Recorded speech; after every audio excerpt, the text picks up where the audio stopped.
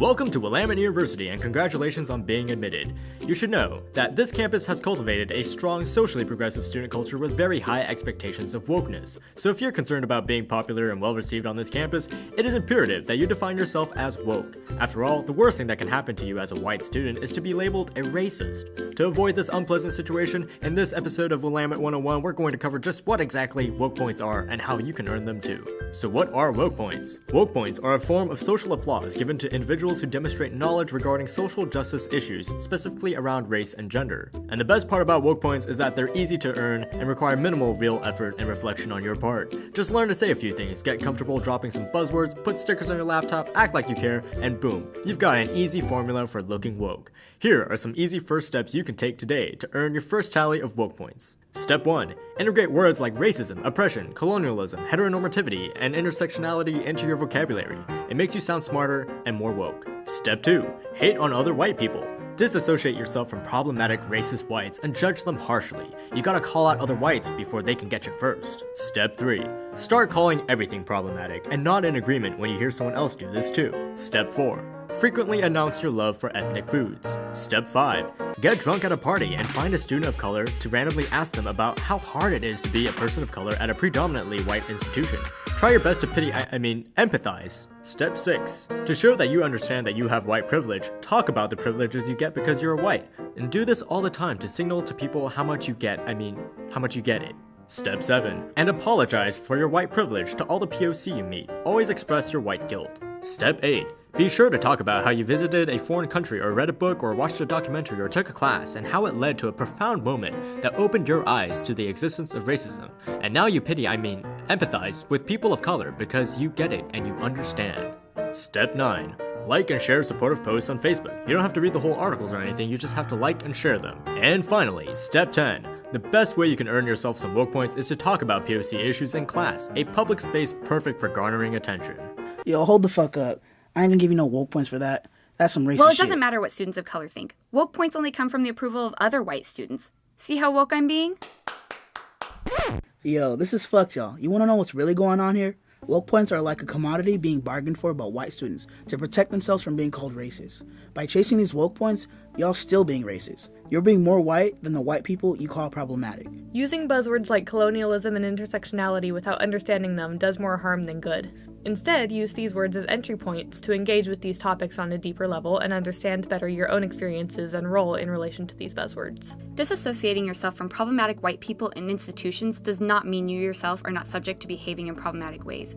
Instead, confront your complicity and use your white privilege to talk to your white friends and family about racism and white supremacy, and why what they say and do is harmful to people of color.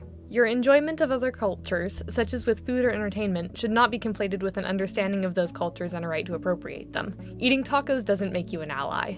Instead, learn about the harms of appropriation and stop appropriating. Recognize that liking something from another culture does not mean you are not a racist. Targeting POCs to talk about racism, especially in inappropriate spaces, parties, signals to them that they do not belong in the Willamette community. Instead, you should do research on your own. There are plenty of books and online resources about people of color's experiences. Do not force people of color to educate you. In the grand scheme of things, apologizing for having white privilege or talking about all the ways privilege takes shape does absolutely nothing. It doesn't rid you of the privilege nor the responsibility to use it to combat racism.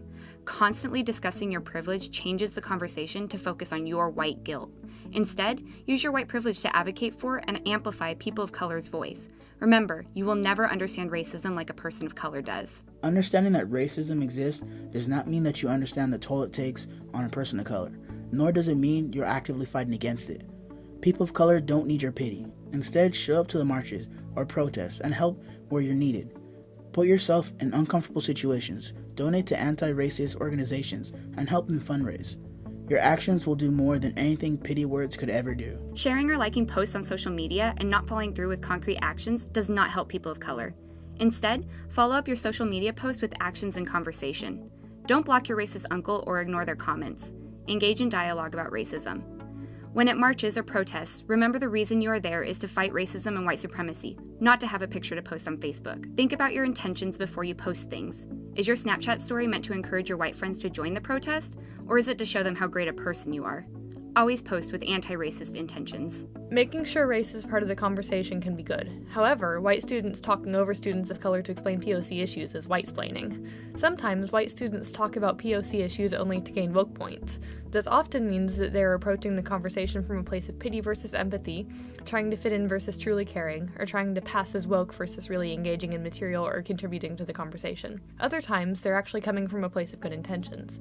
Either way, the white students are taking away verbal space from students of color in an already white-dominated space. Instead, think about how much verbal space you're taking up. Shut up and listen. So by now, you should understand most of these steps are racist, and what isn't is, at best, performative allyship.